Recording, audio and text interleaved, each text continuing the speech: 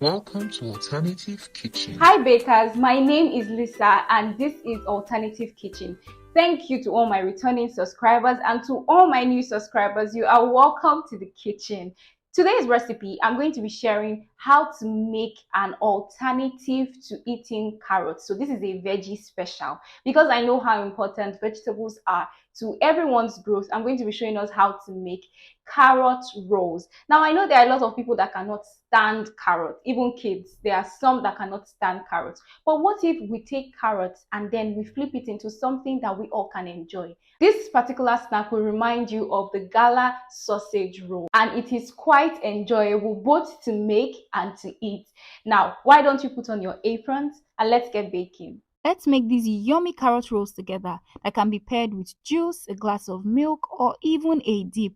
Ensure you prep all your ingredients beforehand. Leave it at room temperature. We're going to need 4 small carrots for this recipe, 2 tablespoons of butter, quarter of a cup of sugar, 1 cup of all-purpose flour, and half a cup of milk. To begin, chop up your carrots into small bits just like this and then turn it into your blender. Then go with your milk and add your sugar. Now remember to add your carrots and your milk first before your sugar because you do not want your sugar to stick to the blades of your blender. And now you blend. Just blend this for about 1 to 2 minutes and then turn it off to check if it has pureed. Now you want your carrots to puree and not to turn to juice completely. So if you have a juicer, just ensure that the carrot purees and doesn't turn to juice entirely. This is the puree texture that we're going for. Now I'm going to turn this into a bowl and then I would set it aside. Now into an empty bowl, I'm going to turn in my all-purpose flour. I'm going to leave a little and then I'm going to add my softened butter. You can see that when you leave the butter at room temperature, it softens, and then I'm going to mix with my fingers. So I'm going to rub it into the flour, rub the butter into the flour until I get that sand-like texture, because that's the texture that we want. Now if the kids are in the kitchen with you, you can get them to help you at this stage, or you can just do it yourself. And once the butter and the flour have become one, they have joined together in matrimony, you're going to add the carrot paste. Now this is a very tricky stage. You just want to add a little of it, a little at a time, and then mix together. At this point it's going to be forming a dough, so you just want to add a little. You don't want to add too much. I'll knead this and keep mixing and mixing, and then I'll add a little more because my dough was kind of dry. So you can add a little more, just a little at a time, and mix it up. This is why you need to ensure that your carrot paste is pureed and not complete liquid. You just want it to puree. And then a clean bowl shows that our dough is well mixed. And now I'm going to transfer this onto my board or your countertop, and I'm going to knead this. I'm just going to knead this for like 2 minutes, no more than 2 minutes. And then with a rolling pin, I'm going to roll this dough. I'm just going to spread it out, just roll it to spread it out.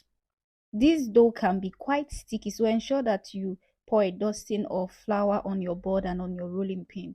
And I'm going to cut this into strips. I'm going to make this 4 strips. You can make it wider than this or you can make it smaller than this, but for aesthetics purposes, I'm going to make mine small like this and then cut it again into 2 parts. Using a brush, I'm going to add some carrot puree to each of our strips and then roll it up.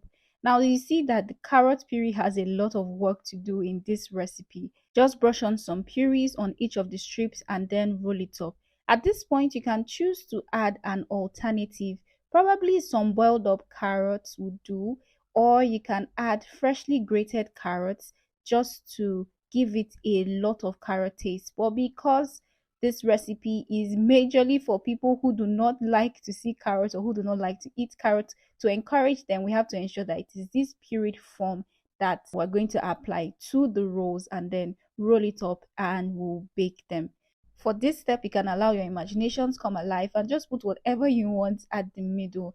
Now, once everything is ready, I'm going to transfer this onto a baking rack because I do not want to use the baking tray. We're going to be coating this and it can be quite messy, so the rack is better, and we'll just put the baking tray under to catch any liquid that might drip off. And I'm going to arrange this just to ensure that the heat is central, and I'm going to use my brush again to lightly coat. Now at this point, you can lightly or heavily coat it. Just coat it with as much of the carrot puree as you can. Just keep coating it until you are satisfied. And once I'm done coating this, I'm going to transfer it into my preheated oven. Spot my baking tray at the bottom to catch every liquid that may drip. And after 5 minutes, you're going to open up the oven again, and then you're going to lightly coat for the second time. So we're coating it twice just to ensure that the carrot rolls have enough of the carrot juice in them, because you want every bite of these carrot rolls to taste like carrots. So keep coating until you are satisfied. And then I'm going to shut my oven for another 10 minutes, and after 10 minutes, voila, it's ready. I'm going to transfer this onto my plate. Now at this stage, you have to be very careful because the rolls have stuck to the rack, and so just carefully prise them loose, or you can choose to use your baking tray. Anyone works. Just take a look at these yummy carrot rolls. Every bite tastes like carrots. And there you have it. That's how to make carrot rolls. Isn't it fun to just flip our normal everyday meals into something delicious that we've never tried before? Are you going to be trying out this recipe? If you do, remember to tag me in the comment section, or you can as well tag me on Instagram and on Facebook with the pictures of your recipe. I've been seeing your messages and I've been seeing the pictures you've been sending to my DMs on Instagram, and I am so happy that these recipes are working out for you just fine.